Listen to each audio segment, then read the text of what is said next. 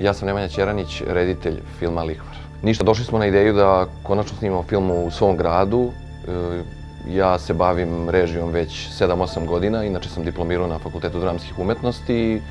Ono što je značajno, što smo i godinama već hteli zapravo da uradimo jednu lokalnu priču koja se tiče zelenašenja. To je jedan od najstarijih zanata i nešto što nije obrađivano na tu temu. Ono što je značajno jeste što nas je opština podržala u tome i mi smo konačno posle par godina uspeli da ispričamo tu priču. Ovaj film je inspirisan likovima koji tumače u tom filmu, pogotovo glavni glumac Mundir kog pratimo.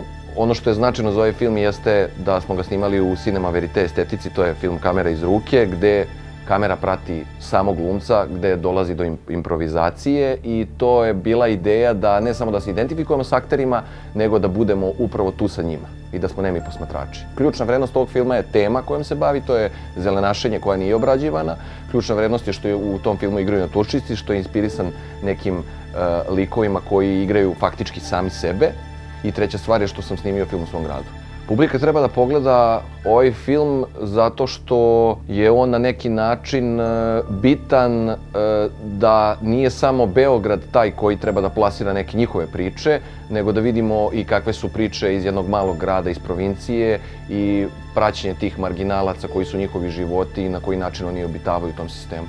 Ovaj film bi opisao 3 reči, a to je tvrd, drugačiji, inđijski. Svima trebaju pare. I svi zovu da traže pomoć. Ja nikada u životu nisam ostao dužan. I što je još važnije, mene niko nije ostao dužan.